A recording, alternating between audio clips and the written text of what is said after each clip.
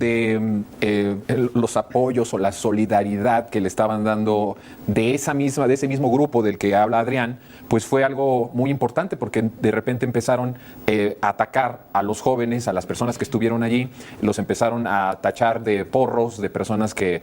La misma crítica clasista que hace siempre la derecha a todo lo que les incomode o a todo lo que se enfrenten para de alguna forma recordarles que abajo en las bases hay otra realidad, se está leyendo la realidad del país de otra forma. ¿Cómo viste tú las reacciones en Twitter de defensa y de apoyo a Denis Dresser? Incluso algunos habían dicho, los obradoristas no tienen y no pueden ser los que tengan el monopolio de los espacios públicos o del Zócalo, ¿no? Pues es interesante todo eso que comentas, porque sí, prácticamente nos estuvieron tachando de porros y creo que se me hace súper incorrecto. Digo, hay diputados, diputadas, gente, funcionarios que nos estuvieron tachando de porros, pero estoy seguro que van a pedir el voto joven, ¿no? Las próximas elecciones, pues a ver con qué cara no lo piden, claro, y demás. Entonces, tienen un punto cuando dicen que los obradoristas no pueden abarcar esos espacios. Pero yo creo que nuestro contexto, o al menos el mío, o al menos el del compañero Adrián, pues conocemos eso, ¿no? El salir a protestar a las calles.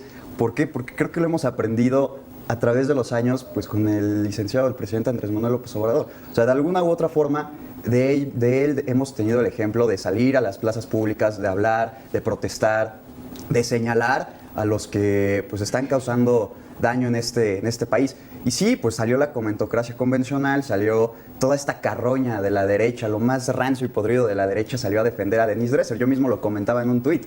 Dense cuenta quién defiende a Dresser y pues con eso tienes todas las respuestas. Oye, ¿no? Es hasta como un timbre de orgullo, ¿no? Que, sí, que no los hayan defendido a usted. Sí, no inventes. Imagínate que me defienda Fernando Belaunzarán, no, gracias. Que me defienda Margarita Zavala, pues menos, ¿no? O sea, no. Hasta Calderón le dio retweet. Sí, eso también es algo que molestó a parte de los compañeros, a la comunidad universitaria, donde Calderón le da retweet a un tuit de Fernando Belaunzarán, donde nos llama porros, ¿no?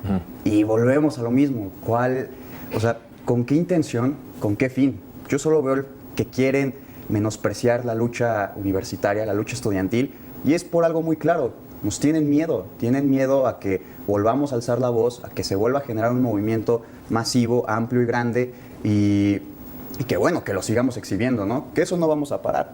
En eso estoy... Eso es muy importante, porque viene lo que pasa con Alejandro, con Córdoba, ¿no? Córdoba. Que es el INE.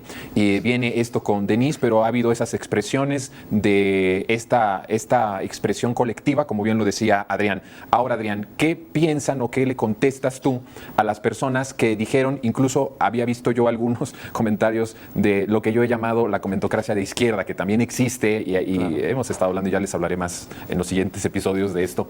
Están muy identificados, los conocemos muy bien y sabemos, pero también algunos de ellos de la comentocracia de izquierda empezaron a acusarlos como de intolerancia.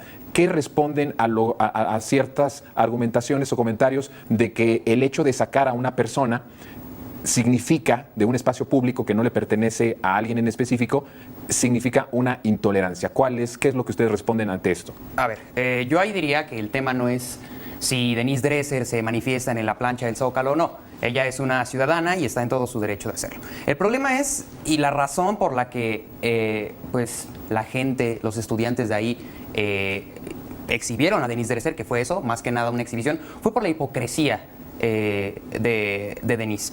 La manta que cargaba, la de no a la militarización, no nos oponemos a lo que dice la manta, todo lo contrario.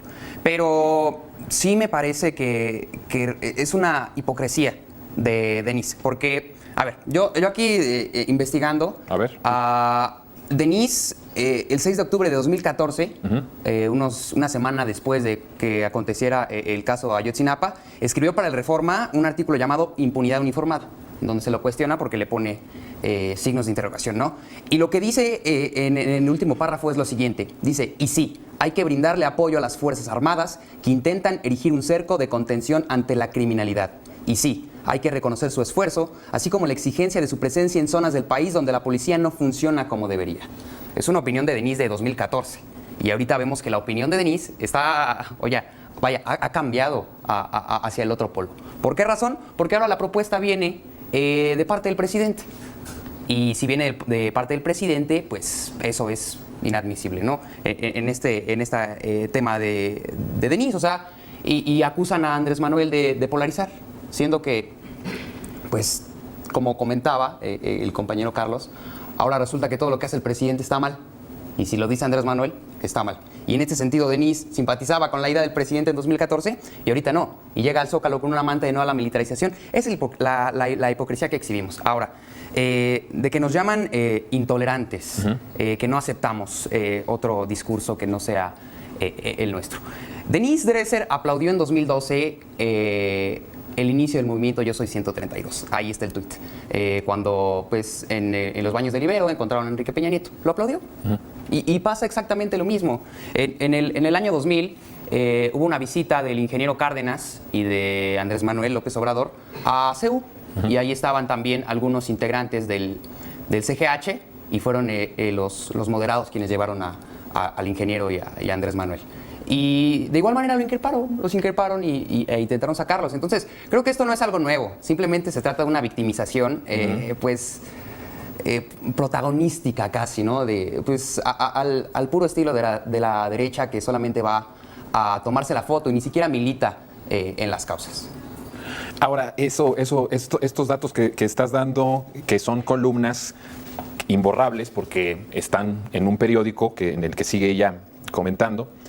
Ahora, ¿cómo ves tú, Carlos, el actual ambiente político con esta cuestión de la filtración de los guacamayas, con la cuestión del discurso de militarizar del presidente? Abiertamente hay un ambiente, siento, de golpeo, de estar golpeando al presidente. Y no solo al presidente, sino lo que representa la Cuarta Transformación y el proyecto que representa Andrés Manuel o que dirige Andrés Manuel. ¿Cómo ves al país a 4 años del gobierno y cómo ves a los medios? Porque hay algo bien interesante con esto que decía Adrián.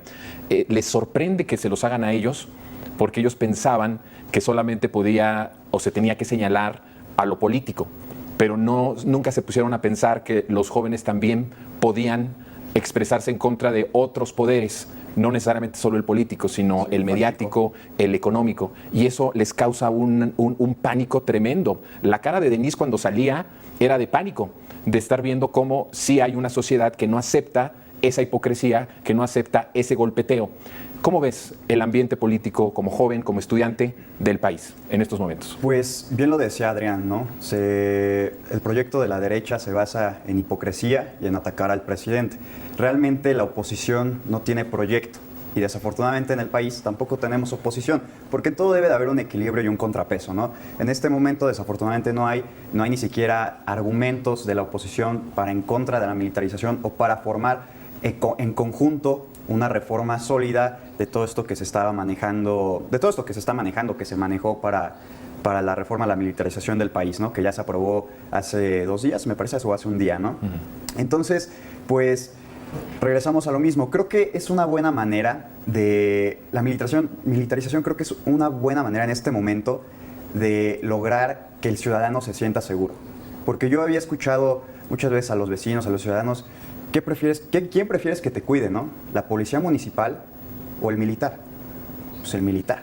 Le tienen muchísima más confianza al militar. Pero yo creo y considero que paulatinamente se tendría que ir retirando al ejército de las calles.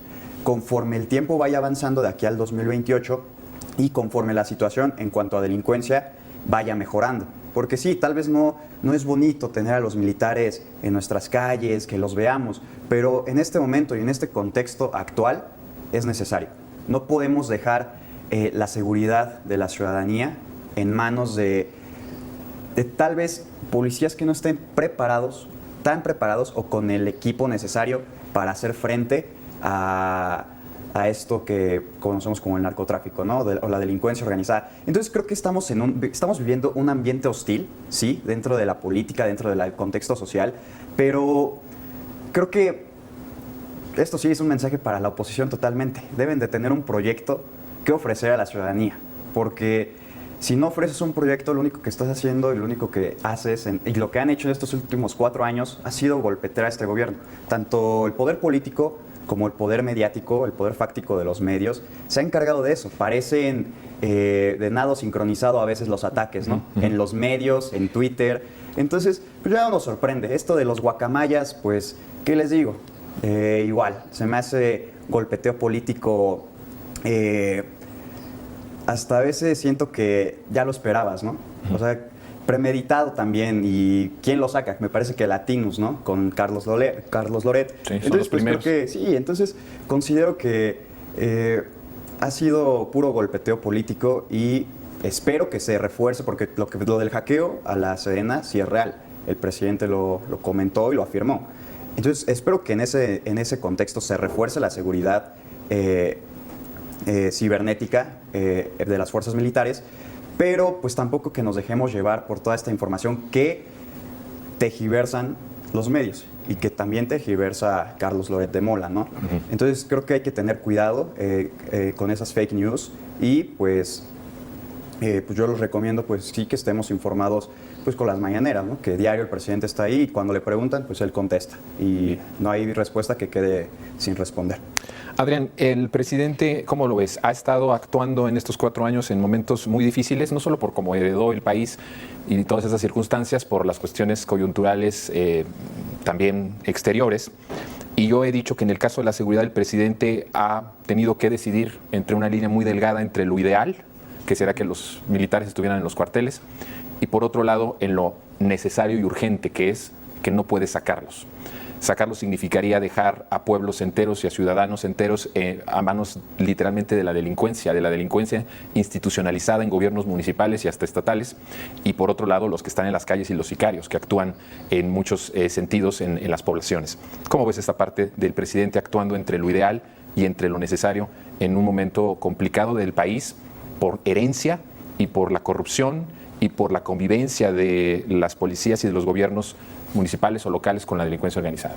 Sí, hay una realidad a la que se debe apelar siempre, que es la realidad, o sea, lo real de las cosas. El país ahorita vive un contexto de seguridad muy difícil y, o sea, también hay que aclarar que aquellos que afirman que Andrés Manuel está militarizando al país, pues qué poco conocen a su país. Y volvemos a lo mismo de estos análisis de escritorio, que les encanta hacer análisis de escritorio, e incluso a veces se peca un poco de capitalcentrismo, ¿no? De aquellos que vivimos en la Ciudad de México decimos, bueno, el país no está militarizado, pero la realidad es otra. El ejército lleva décadas en las calles, décadas.